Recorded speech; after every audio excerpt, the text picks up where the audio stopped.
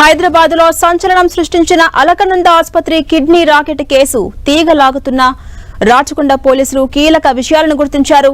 ఏపీలోని Visakha kidney rocket కేసుకు సంబంధించి లింకులు ఉన్నట్టుగా పోలీసులు గుర్తించారు. 2023లో విశాఖపట్నంలో వెలుగు చూసిన కిడ్నీ మార్పిడి కేసులో నిందితులుగా ఉన్న వ్యక్తులు రూట్ మార్చి హైదరాబాద్ కేంద్రంగా దందా చేయిస్తున్నట్టుగా పోలీసుల విచారణలో తేలింది.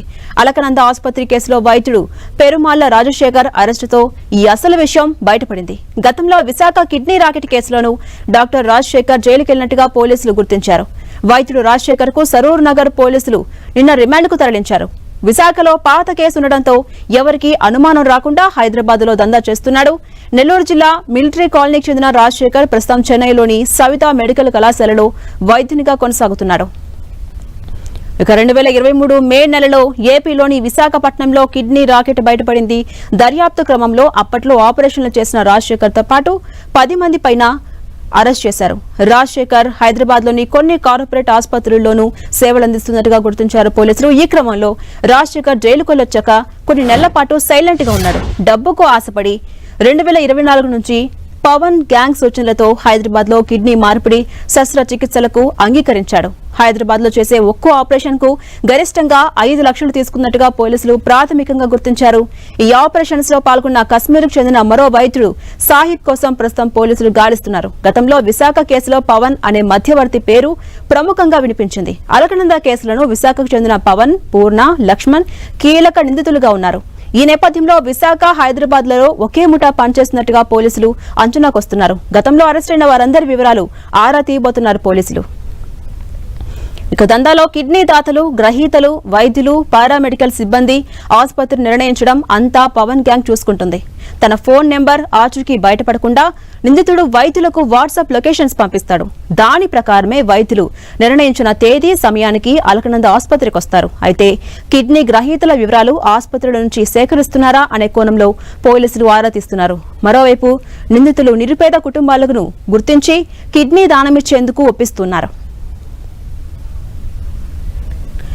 ఇదే అంశంపై మరింత సమాచారం మా ప్రతినిధి సునీల్ అందిస్తారు. సునీల్, కిడ్నీ రాకెట్ లో ప్రస్తుతం పోలీసుల దర్యాప్తులో సంచలన విషయాలు బయటకు వస్తున్నాయి.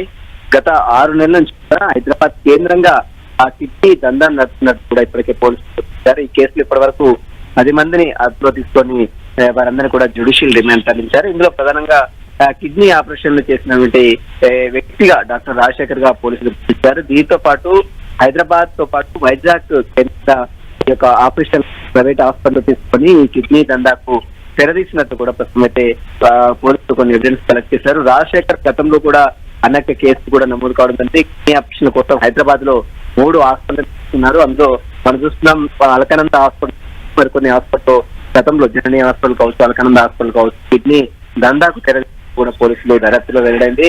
ఇక మరోవైపు మొత్తం దాదాపు ఒక్కొక్క కిడ్నీ ఆపరేషన్ కి 45 నుంచి 60 లక్షలు వసూలు చేస్తున్నారు. చెన్నై, బెంగళూరు, వైజాగ్, హైదరాబాద్ తో పాటు కాశ్మీర్ చెందిన డాక్టర్ల ముఠా సభ్యులందరూ కూడా ఈ దందాలో పార్టిసిపేట్ చేసినట్టు కూడా పోలీసులు గుర్తించారు.